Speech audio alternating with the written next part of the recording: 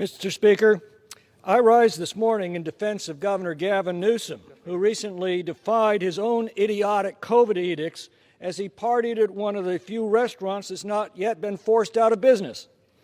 I defend him because he was doing what we once all did in a free society, make our own decisions over what risks we're willing to run and what precautions we're willing to take according to our own circumstances to protect our own health.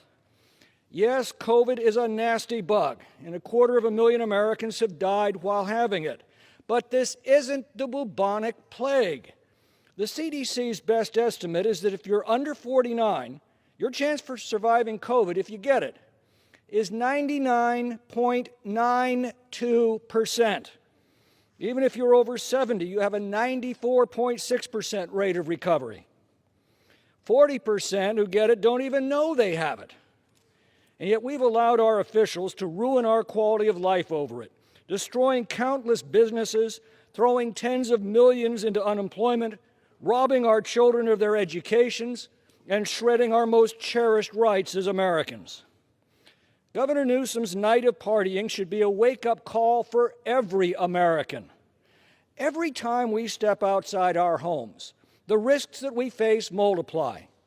A free society assumes that its citizens are competent to assess those risks, balance them against the avoidance costs, and to manage their decisions in a generally responsible way. It's called common sense, and it's a necessary prerequisite for self-government and liberty. The choices of an octogenarian with emphysema might be very different from those of a healthy governor of California. Only a fool would claim the omniscience to make an informed judgment for every person in every circumstance in every community. Yet sadly, this crisis has revealed that fools abound in public office and that a fool with power can quickly become a petty tyrant. Which brings us back to Governor Newsom. These government nannies love to tell us that they're just following the science. Well, what does the science actually tell us? It tells us that COVID poses virtually no risk to children, but can be severe among the elderly. So what did these lockdown leftists do? They closed all the schools and ordered infected patients into nursing homes. The science tells us that outdoor transmissions of the virus are extremely rare and that 80% of infections occur in people's homes. So what did these lockdown leftists do? They closed our beaches, parks, and campgrounds and ordered people to stay at home. The science tells us that obesity is a contributing factor to the severity of the disease. So what did these lockdown leftists do? They closed all the gyms and kept the liquor stores open. These lockdowns haven't saved lives. The states with the most stringent lockdowns generally have the highest mortality rates from COVID. Utah stayed open while next door Colorado shut down. Utah currently has half the COVID mortality rate and 3/4 the unemployment rate as Colorado.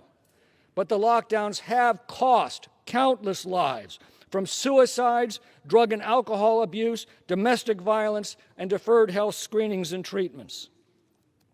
Recently, Governor Newsom demanded that restaurant diners replace their masks after every bite, but also minimize the times they're taken off. I guess that means you take really big bites.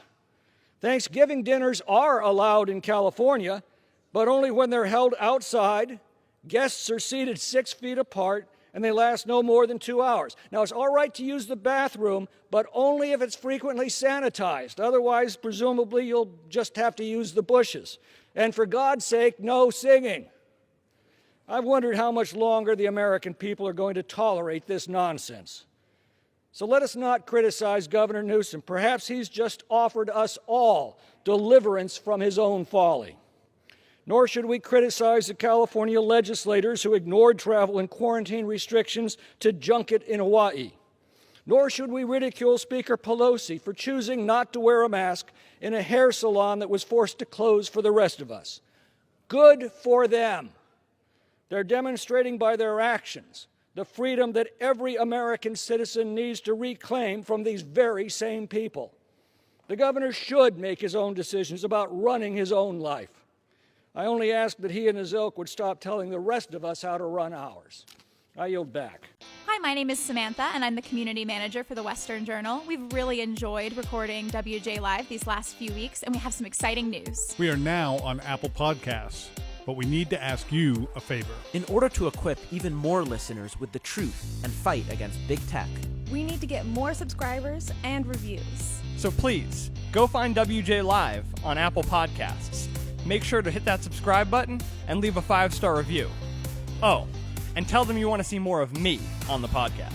Thank you for helping us out. And don't forget that you can catch a new episode of WJ Live every Tuesday and Thursday at 5 p.m. Eastern, 2 p.m. Pacific on YouTube and now Apple Podcasts.